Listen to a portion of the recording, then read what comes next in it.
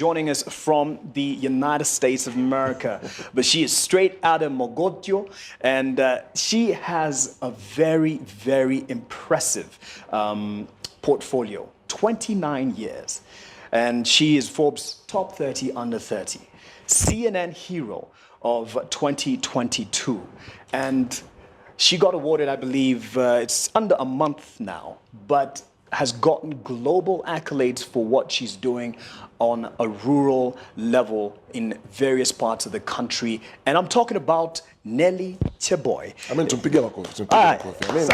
well deserved. We appreciate you. If she can hear us and she's joining us live because she's still in the United States, Anapanga Kurudi, we would like to introduce you, the world, to Nelly Cheboi. And yes, there she is. Unakaa soft sana, softy sana. Unakaa mzuri. Can you hear me? Yeah, I can hear you. All right. Nelly, congratulations, first of all, and Kongoi for flying our flag high, not just on the track. I think you've started your own track on the software and digital space. You're running with it, and we're proud of you.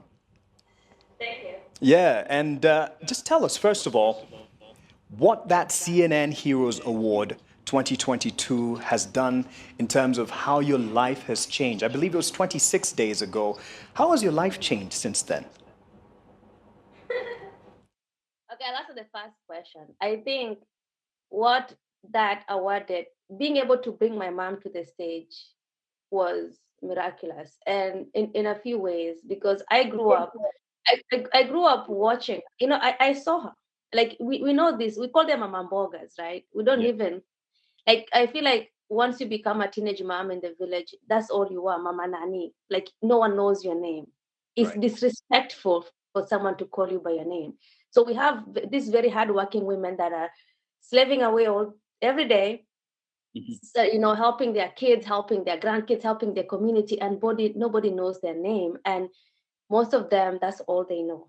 They die in hunger, they die in poverty. And so to be able for my mom to come on stage and people meeting her and people know her, I think that was, for me, growing up, that's all I wanted to do. I wanted to show her the world. I saw her as Christina. I saw her as Sogome, not just as my mom. I saw how hardworking she was. And I saw how neglected she was by society because she's just a mom of daughters, right? And so for me, I always dreamt about showing her the world. I dreamt about her catching a break. I dreamt about, and so it wasn't, I don't think I would have thought of such a global stage for the world to meet her. And so for me, that was just the highlight of the whole thing. And my life hasn't changed much, to be honest. I think for me, it has just been really awesome to have my mom here in America. When I came to America 10 years ago for school, it was just like this far away land. I had two places. Like I can't really describe to someone in Mogotio what snow is, right? And so to see her like walking up the stairs in the apartment, to see her in my college, it really unified the whole two world. And so for me, like, it has been more like it's kind of like my life has become complete as opposed to changing, like having this childhood dream come true. And then also just being able to see my mom in that light and feeling so lucky that she's there to celebrate this with me. And congratulations. We can't say that enough. But Dennis has a question to follow through with the CNN award. Dennis, please. Actually, so the first question I want to ask, so did you apply? That those people may be wondering, how did this young Kenyan woman get there? So did you apply? So what happened? How did you receive the news? When you called and told you want this thing? How was it? Oh, by the way, it's very easy to get it. So the nomination is open right now. If you go to cnnheroes.com, they have the nominations going on until July or something. So they always have it. And so someone nominates you. It's a very simple form. So if you're listening and you have someone that inspires you, give it a shot. So I did not know anything about CNN Heroes. And so I got a call from them back in February. And it has been a long process of vetting, they came to the ground to Mogotio and they were making this awesome documentary. I don't know if you saw the documentary, but it was really cool. It was really cool because like it was like we had never gotten someone to do like a video of our story, you know, and so they came and they did a very good video, which really helped us with our marketing and getting our story out there. So the nomination. Yeah, and now your story, sorry about that. Now your story is global and we understand why. But for someone who doesn't know about TechLit Africa, in a sentence, what does TechLit Africa do? Okay, so the problem that we're solving is that rural Africans lack opportunities to make a living. If you're Kenyan, you understand this. Like there are no jobs in Kenya, but for someone in a global audience, there are no jobs in Kenya. You wake up every morning and you hustle so that you can find something to eat that day. Yet digital skills provide global opportunities. If you know how to code or software engineering, you can work for anyone. So what we are doing, work for anyone, anywhere, like in the world. So what we are doing is that we are teaching digital skills in primary schools. Mm-hmm. So right now, our 5th graders are building websites. Like if you go to TechLit Africa, you can see the website they're building. And some of our teachers right now are working for companies in California from the village. So what we want to happen, we want when these kids are ready to go, when they're 18 and they're ready to work, they already have a pipeline that they can interview for these jobs. And the coolest part is that they don't have to leave their communities. You know, they'll be like, you know, in Ushago, just doing kuchunga buzi. And then at night, they just work for these American companies and make that money, right? Because you don't have to leave home to make it. That is really the overarching sentiment, I see Dennis itching to ask a question. 2 comments I'm actually reading before I ask the question. There's Francis Samuel on Facebook who is saying that I like this lady a lot and how she is removing herself in our winning the award. And many times we forget that our parents are the ones who have been there. Hongera cause as you were too. There's someone here who is saying, Kongoi Nelly, they're congratulating you for winning this. But I would want to ask, I mean, you leaving a very good job in the US to come teach villagers. Like, why would you make that decision? What drove you to do that? Everybody wants to go to the US. Well, most people would want to go to the US, and especially if you have a good job in the US, but you leave a good job to go back to Mogotio. Why did you think of doing that? Yeah, I never left home. I remember I came to America in August 2012, and then 2013, TK to Kenya coming home. And the whole family almost got an intervention. They're like, we're like, what's wrong with you? Like, why don't you send that money and we buy a plot of land? We still live in a shack. Why are you coming home? and so I came home all the time. And for me, you know, I don't even know how I can describe it. That song that I sang to my mom on stage, I used to sing to her all the time. That is the song I internalized that song, and that song is a promise. And so for me, I think the biggest disconnect I saw in my community is that it's not that people are lazy, people are working really, really hard. Yeah. There's a saying that say that if hard work was a testament, if wealth was a testament of hard work, then every African woman would be a millionaire, because that's how hard we work. But there's no upward mobility. And so for me, as a kid, I'm thinking of ways I can support my mom and rewrite the stories of growing up in Mogotio. And constantly I'm thinking, how can I do it better? Because like just helping someone start a kibanda, they're gonna be there forever. How can I help it do better? So I was constantly coming home searching for that. And so and that pain of you know growing, I used to go to bed hungry all the time. My stomach churning of night. That pain I don't forget. And I see it in my community all the time. Like I see Mama Mboga, who has been there since I was in class 2, and she's still there. Of course, she has ambition. I don't even know her name because, you know, like that, it's Mama Nani, right? And so I don't know what her fears are, but I know that she doesn't want that life, but that's the life that she has to do. Working every single day, and life is still the same. And so that was... Yeah, sorry. There is this, and I'll allow you to tell us a bit more of how you got to where you are. But there is this story that you turned down or quit a lucrative software engineering job in Chicago to pursue forming and taking off with TechLit Africa. Is that true? Yeah, that's what I'm saying. That's the thing. It's like for me, it was like really use a computer. And so when I came to America, I really struggled. And so when I discovered technology, I realized the power of it, that actually I can educate the kids. I can teach them how to make money online. And that in turn will break this cycle of poverty that we were succumbed to as a community. Yes. And so it was really like, it was so powerful, right? And I was like, I have to do that. I just have, you know what? I grew up in poverty. What is like, I didn't, it was like, it's fine. For me, it was more about just the power of making that happen. Yes. Like, I don't really care about glamour. You can tell, look at my hair, right? Like, it's beautiful. I mean, at least you have some hair. No, I don't. Like, for me, it's like, my life is bigger than me, like things like vacation or fancy lives. I just don't care about it. And so there wasn't any kind of fulfillment in, like, even if I'm making this much money, what do I do with it? And funny enough, it's like all the money I made in America, I built a school with it. So like, I also have a school. I have like a 4-storied community center, and women are coming in and learning hair braiding. And so any money I was making, I was investing in the community. And often I used to ask myself this question all the time. If I win $1 million, what will I do with it? And the answer was always, I'll donate to someone who teaches technology and ways that people can make money online so they can break poverty. So when that question, that was the answer all the time. I'll ask myself, like, after a month, I'll ask myself. After a year, I'll ask myself. And I was like, wait, why don't I just go do that?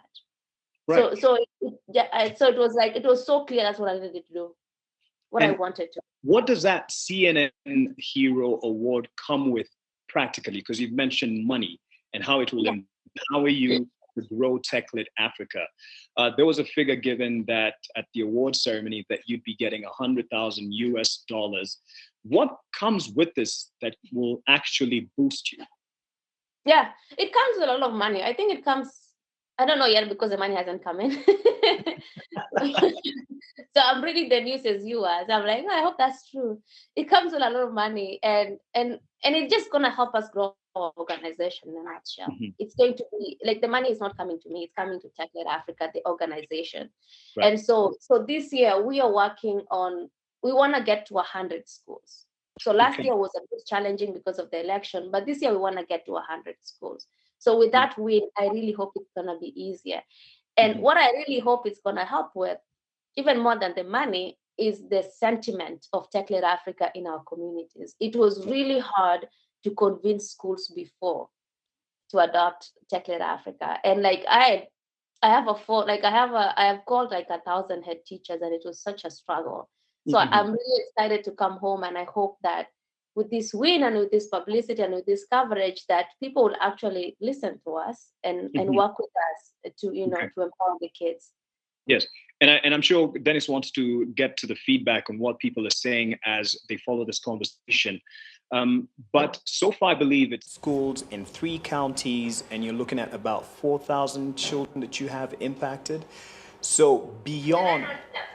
15 schools. 15 schools then. 15 schools. Very well done. 1,000, yeah. So there are people who are watching who either are part of school administrations and are stakeholders and would want your help. How can they get to you or in touch with you to get support? Yeah.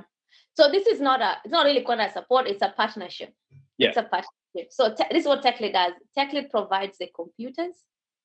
We also hire the community, people from the community to teach the classes. So our teachers are there every morning from 8 a.m. to 4 p.m.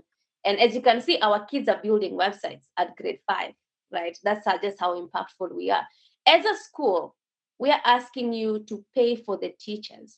And that's what the disconnect is that people, it's really hard for, like, if they don't understand the value, it's very hard to convince them to pay. So we ask them to pay for the teachers, and that is very sustainable.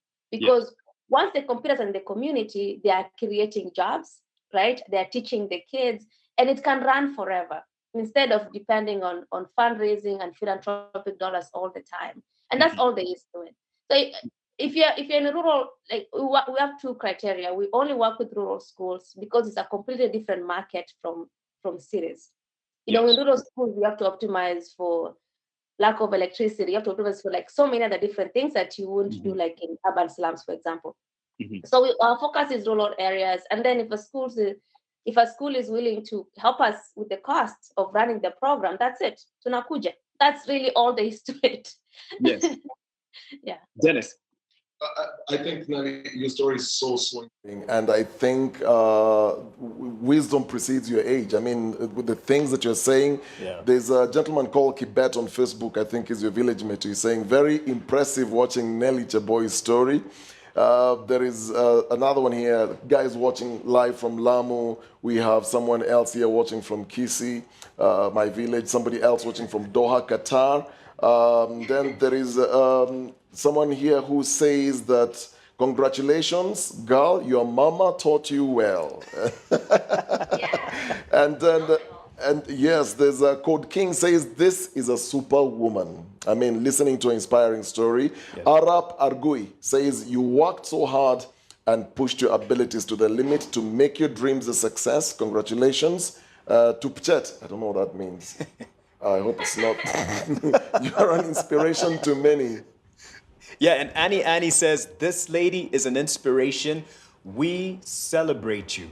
And with the attention that you're getting and with the appreciation that is coming your way, would you perhaps accept or agree to a job, to partner or collaborate with, let's say, government, work with schools directly? As you know, we're undergoing a transition in the curriculum.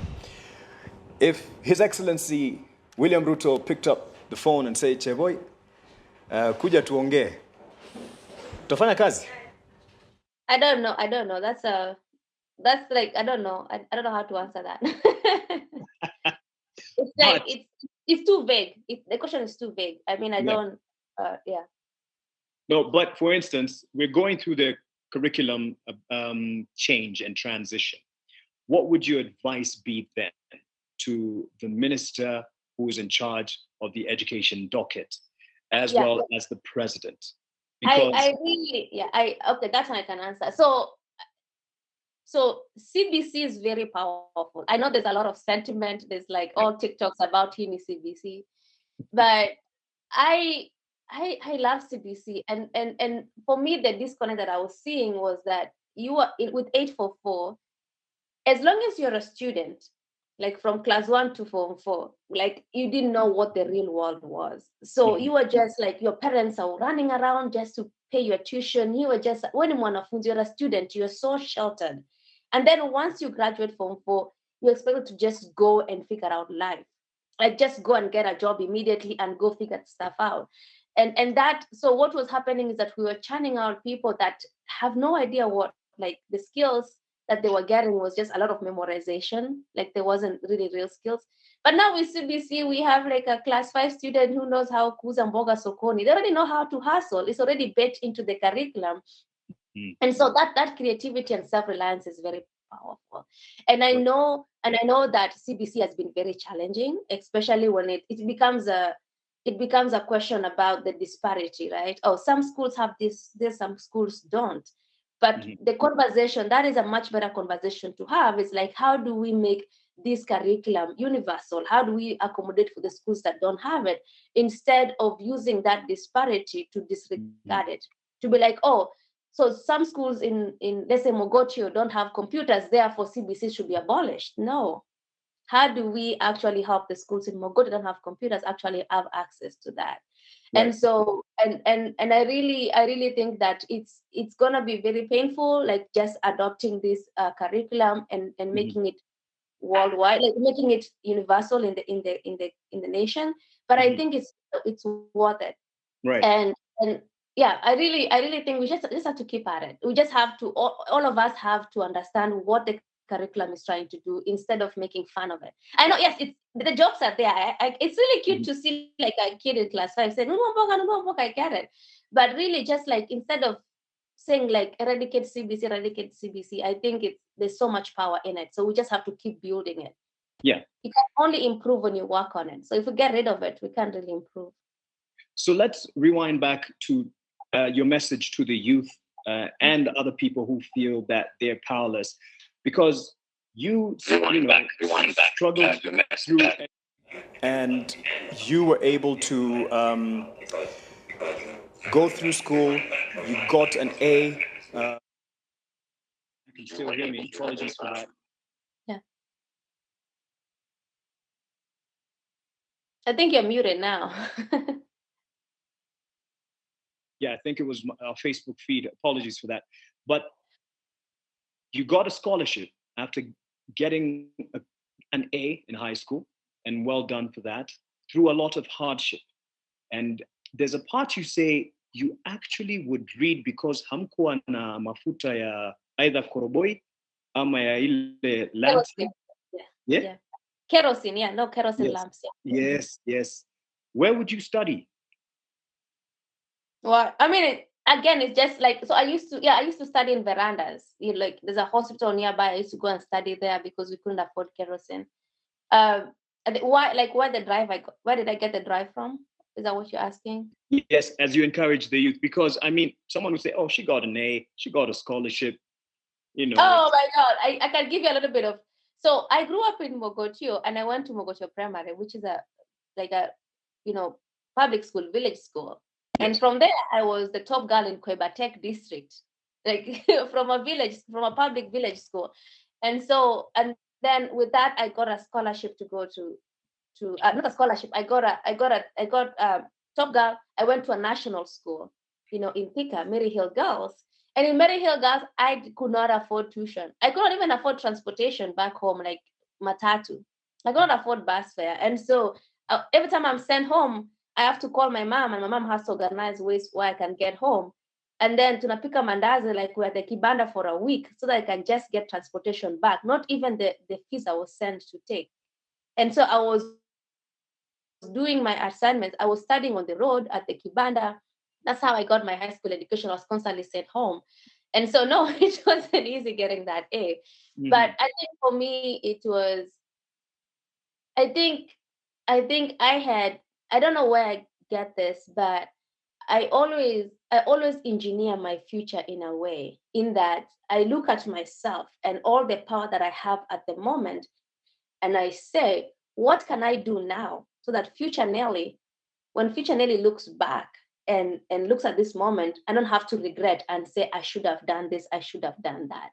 And so in a way, it's like I'm preparing, even with the CNN voting, it was like, I could not, it was really hard to get votes, to be honest. It was so hard because like the people that I'm working with, the villagers, they don't even know how to vote or stuff like that. So I always try all I could in my given situation so that when I look back, I don't have to regret.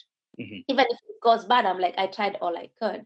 And so, and I think for me, it was like I see, it was going back to the promise to my mom. It was like, I see you, mom, and I want you to catch a break, and I'm gonna try all I could. And so that promise, like I'm thinking about her, I'm thinking about other women in my community, I'm thinking about kids in my friends, and I'm thinking about the pain of poverty, and I'm just thinking, how can I solve it? So I've always had that, that drive to fix it. And so I was already like doing it even before I left. Like when I got an A, I was like, mimi ni Nelly, nimepata A. And then I get speaking engagements and they pay me like 3,000 Kenya shillings. And I use that money to like help my mom with the kibanda or help my sisters with the tuition. Then like I'm just like selling, makaa by the road. And then that money, it just goes back to investing and helping my mom because I really just wanted to help her. And so I think I looked at poverty and I was like, I'm going to fight it with every bone in my being, as opposed to accepting it as a norm and just living in it. Right. And you got that scholarship but I believe 2012, you went to the United States, or at least that support to go to the United States to get an education. And someone might say, sukapenya basi. How was the start and the takeoff there? Oh, it was so hard. It was really hard because I get there and, my family still lives in a shack. Like the house we grew up in, like when it rains, it just floods. Like I slept on the floor all my life. So like when it's raining, like you have to like hold the mattress because you have to stand because the mattress is getting wet, And so when I got to America, my family, like, yes, I'm living in a nice dome, but my family is still living there. So immediately, like in America, you can work as a student. It's not a fancy job. Mi nilikuwa naosha choo, but then najua kuosha choo sana. So, so I worked as a janitor and I saved all my money. So when most people, like, they don't have to worry about supporting their families, they're going on vacation to Mexico. Mimi niko tu kwa dome tu na nashugua tu choo. Like I was just like, and so in 1 year, like I had like 100,000 Kenya shillings saved, that which is not a lot of money. And I flew to Gikomba, and I flew to Nairobi, went to Gikomba. I bought kila kitu, hadi vijiko. Like I bought mattress, sofa set, nini. And I drove all the way to Mogotio because I was moving my family out of that shack. So it was like I had responsibilities immediately when I got here. So it was more like, how can I get a job and support my family? And then after I did that in 2013, I was like, okay, so I'm gonna build a school now. I was like, yeah, let's take a stab at making our education system better. So I had ideas of CBC even before like the curriculum was. I wanted to see how can I teach kids ways they can make money and entrepreneurship instead of just taking them through 844. My biggest problem with 844 is that it was filtering out the best. If you don't do well out of KCP, you don't go into a good high school, and that's it, right? You're just constantly filtered out, which is not good. It's a way of like raising the economy and feed a generation. That's not the best way, right? And so I was thinking, how can I incentivize these people? And so I was already building a school until I discovered computer science, and I realized, oh, tech is more powerful. So I never really left. That is the point here. Is I never really left Mogotio. I just took a trip to America to get an education. So unarudi lini? Sijui, I'm waiting for some papers. Hivyo ndio unatutoka. No. Like American immigration is very, very hard. So Okay. I can't. Yeah, you have to like get all the right stamps. Otherwise, it's gonna be hard. Yeah. And Dennis, this is a story of what do you have in your hands? You have in your hands, and she has shown us that it's possible. What are some of the responses, and even as you follow? I mean, there's someone here was asking, anajua kuongea Kiswahili? So, I mean, Christina, picking from what you've just said, Mark, she exudes wisdom. I mean, Christina Rossetti says, my life is bigger than me. That's a very powerful statement coming from Nelly Cheboi. Otanga is watching from New Delhi, India, by the way. Oh. Otanga is watching. Nelly, it will be good to just hear what people are saying. So there's Abu Mohammed who says, nice conversation. This lady is so inspiring. And Kibet says, these are the stories worth watching. Tech is more powerful. So there's Code King here who also says, I feel like recording this conversation. The impact of tech is immense, with some fire emojis there. And then Mama Ketif, vile nategemea Wi-Fi ya office, gas yako home inachemsha githeri. Somebody was complaining about Wi-Fi inaisha. Code King from Kigali, thank you so much for that. Christina again says, Kenyans always making us proud. And then Sorobi Moturi Erasta. Sorobi, life is not about the me, and all about me, but others. God is looking for people who can act as a gateway for God to bless others through men. Abu Mohammed is watching from Saudi, by the way. Charity from Riyadh, tuned in. Viniza from Bahrain, the lady is amazing. And then there's Frank Samuel says, I'm personally praying for her and the great dreams. Sometimes when we declare what we have in life, the opposition is not happy since we have given them what we want to do. There are more prayers for our dreams. The social newsroom is just one of the biggest things that will be this year. You're a force, man. This is from Lamek Oigara. Thank you, Lamek. Jacinta Karua says, very inspiring, selfless, changing the world. May God go ahead of you and make a way for you. Robert Mwai, watching from Kakamega, says, congratulations to the lady. She's an inspiration to many. Kenyans are proud of her, watching from Kakamega, Masinde Muliro University. So we have a lot of techies who are also watching. Johnson Kipkering Sang, saying, watching from Bomet, you will go far, Nelly. And then there's somebody who's asking for your link. George Machineri says, share the link or contact for TechLit Africa. Exactly. Oh, it's on our website, yes. Just go to... Contact there. Yes. You can find jobs. We are hiring, so yes, take a look at TechLit Africa jobs. TechLit.Africa. That's TechLitAfrica.org. That is the website. And tunaweza pata kazi. Unajua labda tunaongea na mdosi hapa. But no. when you're now, famous, people calling you, DMing you, I'm sure, and people have your people's lips, people talking about you. But when you were doing that job as a janitor, who was calling you? Who was motivating you? What was the push? I want to say I fantasize a lot. I what is a fancier way of saying that? I don't know. I just I'm in my mind a lot. I'm constantly imagining the future. And it's very funny because I'm always imagining right now I'm thinking oh my God, Bowen is building a website at grade 5. In 6 years or in 7 years, he'll be ready to work. And what jobs can I organize for him so that he can just work for Google or work for these big companies? Okay, what do I need to do now? So I don't know if I have so much positivity in me. I just I burst in energy of positivity and happiness. If you see my pictures, I'm constantly smiling. And so, and I think that is very powerful to find for anyone. You want to find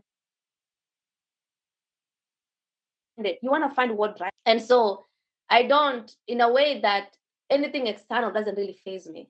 If I'm alone or if the whole world is cheering, I am just really bursting with energy, cheering myself on. And so it doesn't matter if I'm a janitor or I'm a CNN hero. And that's why it doesn't really, I don't know, nothing, as I said at the beginning of the call, nothing has really changed. Yeah. Because I am so centered in my own motivation and finding.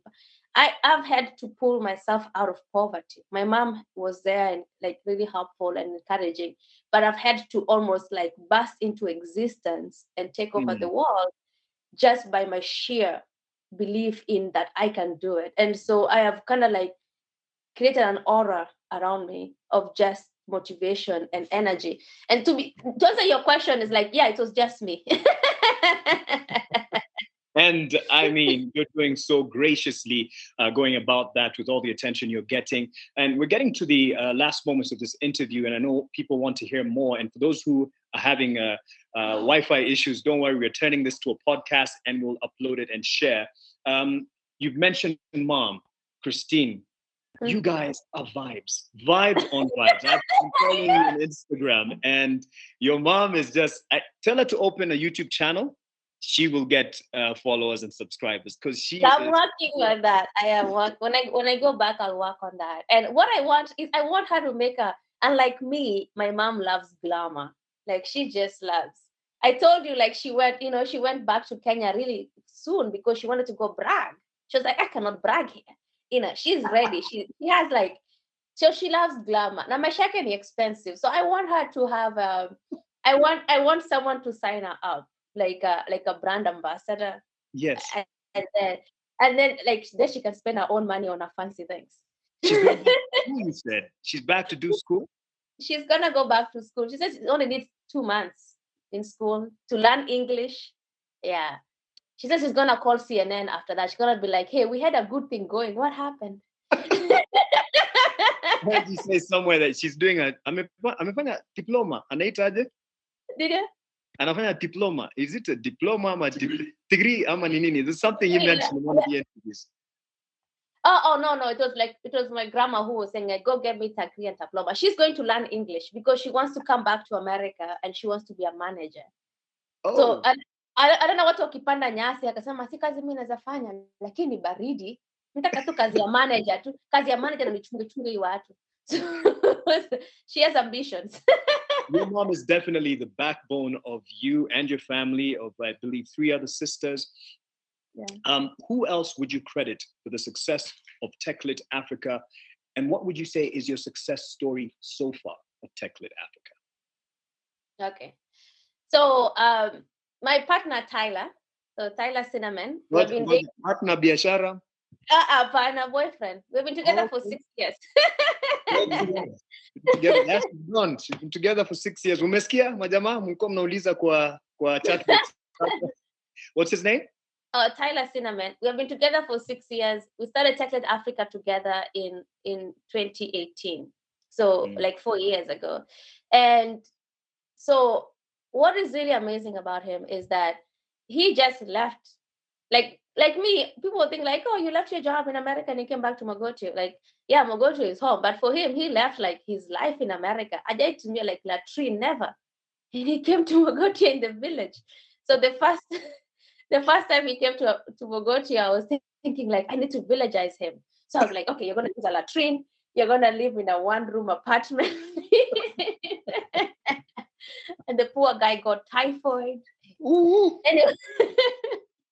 Anyway, it's like, I've been amazed. Like, so he grew up with computers. He grew up like programming, like just like building machines all the time. So for him, like our operating system, like we have a custom desktop that is easy for kids to use. He built that all by himself, and it's used by 600 kids. The curriculum, our kids are building websites right now. Like for him, like he grew up with technology and is learning all these skills. So in a sense, he's able to recreate his childhood. Growing up in America with all resources, he's able to create his childhood for these kids in Kenya. And so I am constantly like, naongea tu na marketing and all these people and getting people to sign up. But when it comes to the meat of the product, it's all him. And we appreciate Tyler. I believe you have a question or a last comment, Dennis. Oh, it's just Time she keeps mentioning her mother. There is a lady here who just tears up, I think, and she says that this is just let me look for it. It's somewhere here. There's Brian Kiprotich. A lot of Kiprotichs are watching, by the way. Yes. This one says he's from Mongolia. Mongolia Gani? Mongolia. Inspiring story indeed. There is someone here who says Murray's Wasai, Nelly Omogotio. Congrats, girl. There's Carol Chumba who says, congratulations, Nelly. You are inspiring me a lot. God bless you so much. Yes. The one I was looking for, where is it? There's Vincent Orina who says, very inspiring. A great one, and congratulations to her. And then there is Casey, not Casey, I think I read that one. Stella Chemutai. Yes. Stella says, proud of our girl and our mama. I get emotional all the time I listen to her talk about the mother. And I mean, there's not enough appreciation for our parents going around, and we appreciate you for actually just showing her the world. Niliona akistuka kulikuwa na German Shepherd fulani akiona snow. What was her reaction when she saw snow?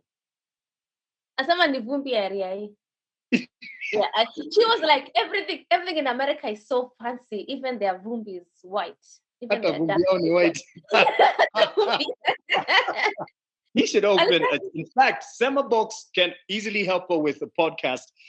Just for being her, she is pure. How about you interview her next? Yeah, she has stories to tell, and she's ready to brag. So, right. What was funny was like she was just saying like, I just have to go to Bogotio because it's home. Like, mimi nikipa tu shamba hapa, mimi nimeshafika palikuwa na. Shamba America. America. Well, we wish her the best. We wish you the best.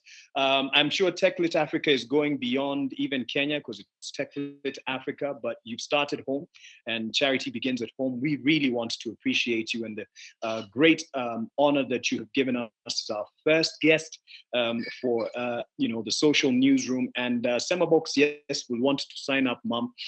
She is pure vibes. I want to give you an opportunity to end with that song that you sang with Mom as you were receiving that award. And you can just give a quick background to what it means. And ilikuwa wendo umecompose? No, the song is it's very common. Like kids sing this all. You learn these kids in class 5, I'm a class 4. Yes. So the song, again, I can give you a little bit of backstory. So I used to see how exhausted she was when she gets home. So sometimes like she'll go all the way to Uganda to buy stuff and come sell, or go to Tangulu Bay, like to Turkana there and buy goods. So I saw that, and so I'll sing her the song. Mkono wangu mdogo we hauwezi kufanya kazi, nikikuwa mkubwa we nitakusaidia, utapumzika. And then she just light up, and she was like, "Oh, you're so cute." She thought I was just being like nice and sweet, and I'm like, "No, I really." So that song was a promise, and I just really. So I used to sing to her over and over again. She was like, "Ah, wewe wacha zako." Man. But hey, well done. Asante sana Kongoi. Tuite inaitwa ni Koitro ama ni Rorasho ya Tyler? Aya, pana chana hizo bana. Kijana wetu amesaidia sana.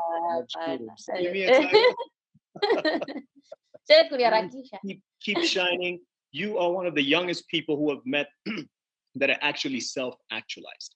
You are not caught up in the fanciness of what people show or try to pretend. You're being very genuine. You're using your gift to empower people, and you're starting at home. Asante sana. Thank you for joining us. Have a good day. Najua uko saizi imefika, I think it's 10. Yeah. All right. Salimia Morio, Tyler. Anaitwa Njoroge. Njoro. Njoro wa Uber. Sasa Njoro.